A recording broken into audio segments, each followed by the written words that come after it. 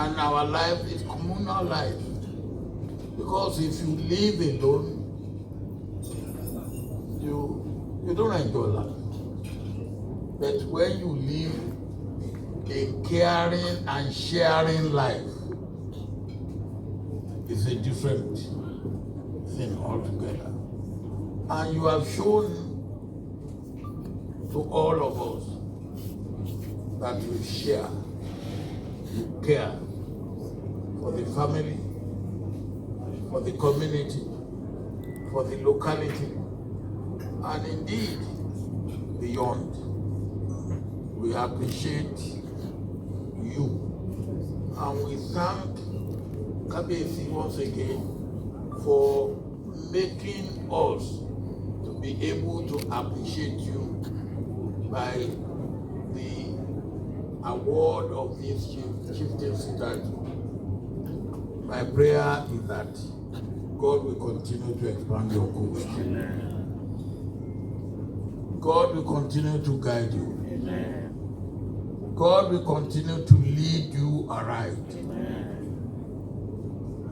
Well, this is the beginning. There are still more things that you can do for the community. And when we call you, you will be able to answer.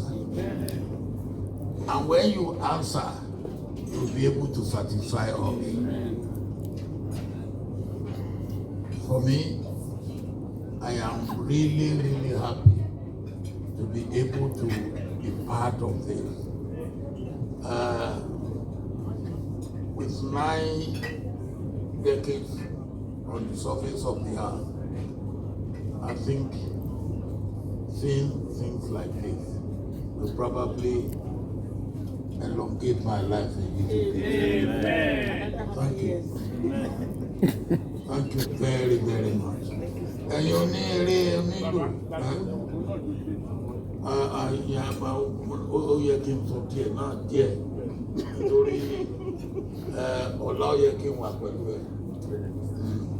But why you damn me for life? Torí ọ̀nà pọ̀ lẹ́rùn, owó tí wọ́n ń pa ní wọ́n lé àná mọ́, eléyìí ṣe ti lé àná láti pa. Ṣùgbọ́n ní tiẹ̀ náà ṣe jẹ́, àdúpẹ́ lọ́wọ́ Ọlọ́run. Ìwọ náà ò kéré o, ibi tó dẹ̀ bá dé, iwájú lọ́pàá ìbìtì rẹ̀ ọmọ rẹ̀. Owó yọ̀ǹda mi fọ́la torí ọ̀nà pọ̀ lẹ́rù, ṣùgbọ́n àwọn tó máa rẹpísẹ́ǹtì mi wọ́n náà wípé inú ẹ̀dùn pé ọkùnrin yóò tiẹ̀ lè wà.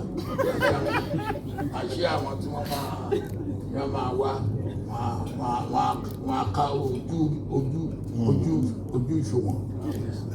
Mo dúpẹ́. Ìwọ náà ó ti máa ṣe àìmọ̀ṣe kò ní sínú ọ̀rọ̀ ẹ̀. Iwájú lọ́pàá ìbìtì rẹ̀ ọmọ rẹ̀ sí. Mo tí yóò fi máa ṣe ọmọlúwàbí. Mo máa ń sọ fáwọn èèyàn, ọbẹ̀jọ́ owó ni, ọba jẹ́ nǹkan ní ìhun ní níta fi ń ṣọmọlúwàbí ò pọ̀, ṣùgbọ́n bó ṣe wù kó kéré tó Ọlọ́run ò ní fi hàn. Níta fi ṣọmọlúwàbí Ọlọ́run ò ní jẹ́ kó hàn mí.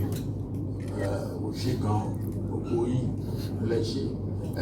Ìlú wa Nàìjíríà kò ní lé lọ òkè tí ì bá ṣe pé irú yín lọ́kùnrin lóbìnrin lọ́mọdé lágbà ẹ̀ ń pawọ́pọ̀ láti fi bá àwa tá a wà lé ibikíbi tá a bá wà àti ibikíbi ipò tá a bá wà kẹ́ ẹ bá wa fi ọwọ́ sowọ́pọ̀ pé ká gbé ẹbí ga, ká gbé ìletò wa ga, ká gbé ìlú wa ga.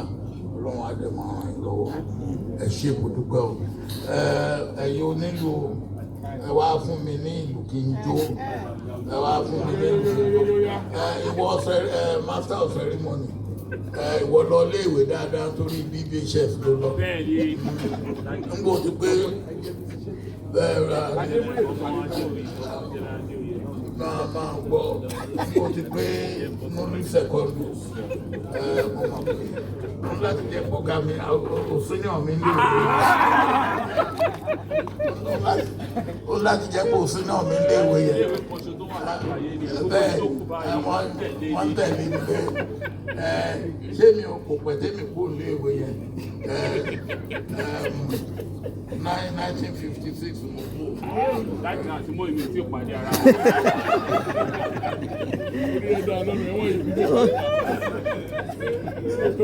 adúpẹ́ ẹ ṣe gan ẹ̀yàn nílò ẹ fún wa ń jó ẹ fún wa nílò ọ̀yá ọ̀jẹ̀ ń jó ẹ̀jẹ̀ ń jó ẹ̀jẹ̀ ń jó ẹ bá wa fún bàbá wa ní àtẹ́wọ́ àwọn onílù ẹ bá wa kó àlùjó bólẹ̀ dádì fẹ́ fún wa ní àwọn ọjọ́ tí a ò rí rí ní ìlú Nàìjíríà yìí.